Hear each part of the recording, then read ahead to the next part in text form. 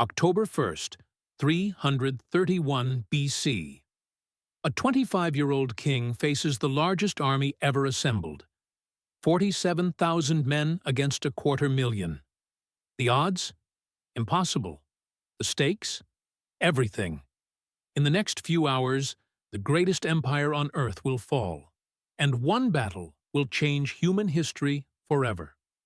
Stay until the end to discover how one brilliant move turned certain defeat into the most shocking victory in military history. And if you love epic historical battles, hit that subscribe button right now. The plains of Gaugamela stretch endlessly under the morning sun. Located in what is now northern Iraq, this flat, dusty battlefield has been carefully chosen. On one side stands the Persian Empire, the superpower of the ancient world. On the other, a Macedonian army, thousands of miles from home. This is not just another battle. This is the moment that will decide who controls the known world. Alexander of Macedon is 25 years old. In just 3 years, he has conquered half the Mediterranean. He has never lost a battle. But today, he faces his greatest test. Across from him stands Darius III, the King of Kings, ruler of Persia. He commands the largest army in human history. He has spent a year preparing for this moment. He has chosen this battlefield himself. Everything favors him. But by sunset, one of these empires will cease to exist. This is the story of the Battle of Gaugamela, the deadliest gamble in ancient warfare. The day Persia fell forever. To understand what happens next, you need to understand what Alexander is facing. The Persian Empire stretches from Egypt to India. It has ruled for over 200 years. Millions of people bow to the Persian king. His treasury overflows with gold. His armies are legendary. Darius III is desperate. 2 years ago, Alexander defeated him at the Battle of Issus. Darius barely escaped with his life. His family was captured. His reputation was destroyed. Now, Darius has assembled the greatest army the world has ever seen. Ancient historians put the number at over 250,000 soldiers. Modern scholars believe it was at least 100,000. Either way, Alexander is massively outnumbered. But numbers are just the beginning. Darius has war elephants from India. These massive beasts terrify horses and can crush infantry beneath their feet. He has 200 scythed chariots with blades attached to their wheels, designed to slice through enemy formations like knives through flesh. He has the Immortals, Persia's elite warriors, 10,000 of the finest fighters in the empire. He has cavalry from a dozen nations. He has archers who can block out the sun with their arrows. And he has chosen the battlefield himself. Darius spent months flattening the plains of Gaugamela. He removed every rock, every bush, anything that could slow his chariots. This is his killing ground, his perfect trap. Alexander knows all of this. His scouts have reported the size of the Persian army. His generals are afraid. Some beg him to attack at night, to use surprise as their advantage. Alexander refuses. He will fight in daylight. He will face Darius head-on. The night before the battle, Darius cannot sleep. He keeps his army awake, fearing a night attack that never comes. His soldiers stand in formation, exhausted, waiting. Meanwhile, Alexander sleeps deeply. His confidence is unshakable. When his general Parmenion tries to wake him at dawn, Alexander is annoyed. He believes the battle is already won. This psychological game is just beginning. October 1st, 331 BC. Dawn breaks over Gaugamela. The Persian army spreads across the plain like a dark ocean. The front line stretches for over 3 miles. Darius sits in the center, in his royal chariot, surrounded by his best troops. His plan is simple. Use his numbers to surround and crush the Macedonians. Alexander has 40,000 infantry and 7,000 cavalry. He arranges them in an unusual formation, not a straight line, but angled, ready to move. The two armies stare at each other across the dusty plain. The tension is unbearable. Then, the Persians attack. 200 scythed chariots thunder forward, blades spinning, designed to tear through the Macedonian phalanx. The ground shakes. Horses scream. This is the weapon that should break Alexander's front line. But Alexander has planned for this. His light infantry, armed with javelins, step forward.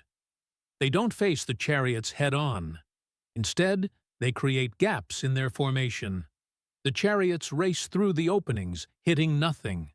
As they pass, Macedonian soldiers throw javelins at the drivers and horses. The chariots that don't fall are captured behind the lines. The superweapon has failed. Now the real battle begins. Persian cavalry, thousands strong, sweep around both flanks. They try to surround the Macedonians from both sides. This is where Darius expects to win. Overwhelm them. Crush them from all directions. On the left flank, Parmenions' forces are in serious trouble. They're being pushed back, nearly broken. Urgent messages are sent to Alexander. We need help. We're being destroyed. But Alexander doesn't help. He's watching something else. In the chaos of battle, as thousands of soldiers clash and die, Alexander sees something that no one else notices. A gap. As the Persian cavalry sweeps around the flanks, trying to surround the Macedonians, they stretch their center too thin. A small opening appears in the Persian line, near where Darius commands from his chariot. This is the moment Alexander has been waiting for. He doesn't hesitate. He doesn't wait for the perfect opportunity. He creates it.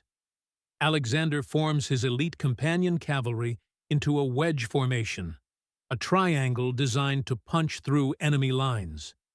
He places himself at the very tip of the wedge. The king leads from the front. Then he charges. 3,000 cavalry thunder forward, directly at the gap. The Macedonian phalanx follows behind them, protecting their flanks. This is the most dangerous move in warfare, driving deep into enemy territory. But Alexander has timed it perfectly.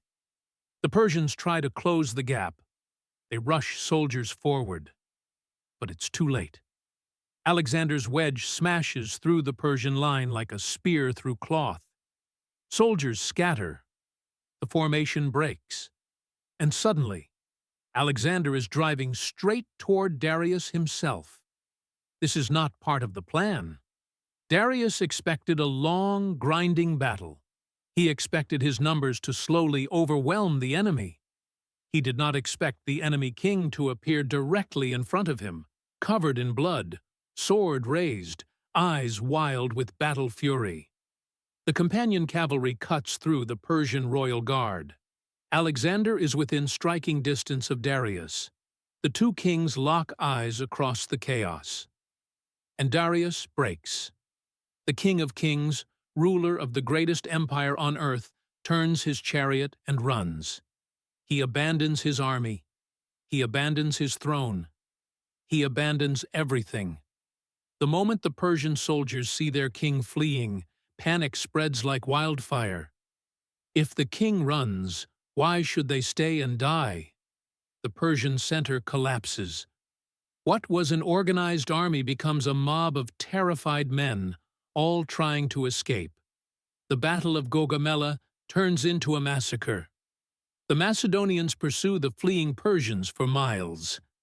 Thousands are cut down as they run. Ancient historians report that 90,000 Persians died that day. Even if that number is exaggerated, the casualties are catastrophic. Alexander's losses?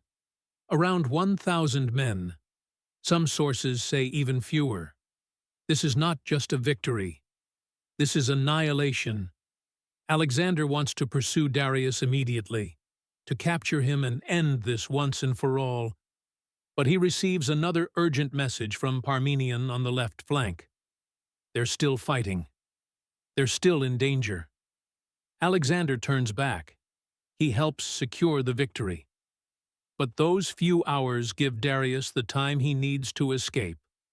The Persian king rides east, fleeing into the mountains, leaving behind his empire, his family, and his crown. By the end of the day, the battlefield is silent except for the moans of the wounded and dying. The Persian Empire, which has ruled for over 2 centuries, has been defeated in a single afternoon. The consequences of Gaugamela are immediate and total. Within weeks, the great cities of Persia surrender to Alexander. Babylon opens its gates without a fight. Susa, with its legendary treasures, falls next.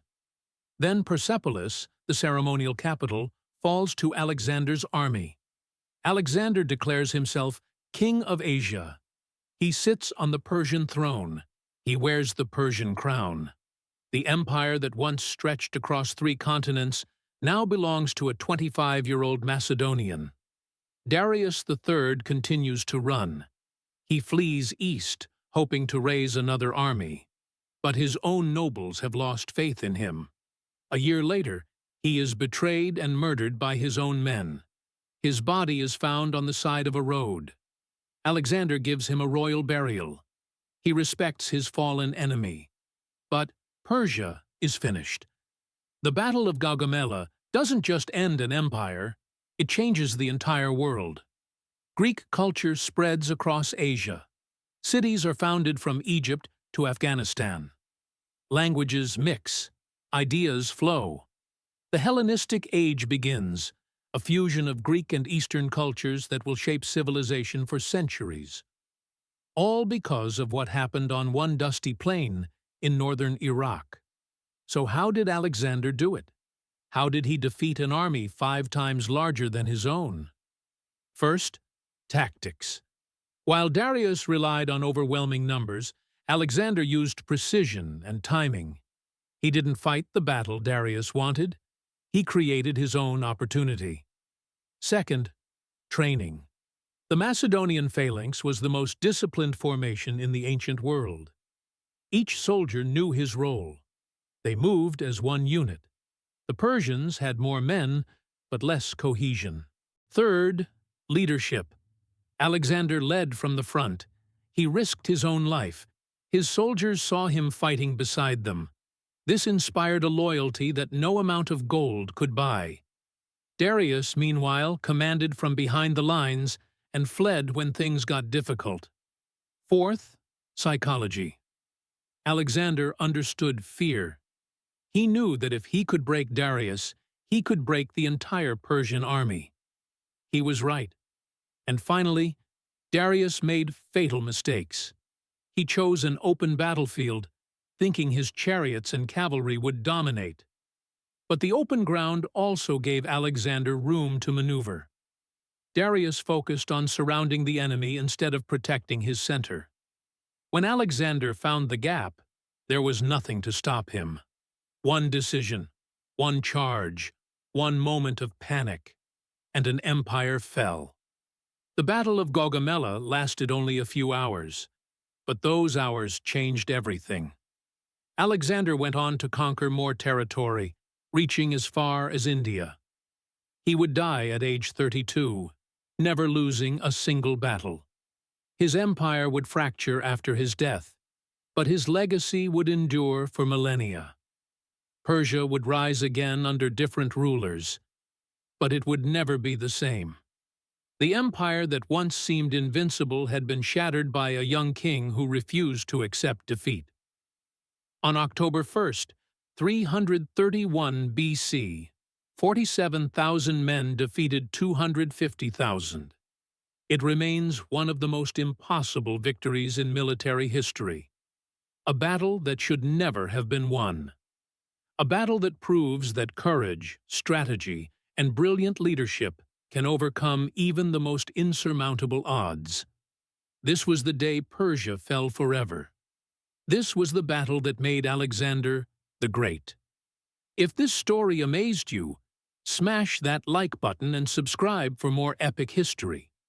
What do you think was Alexander's greatest strength?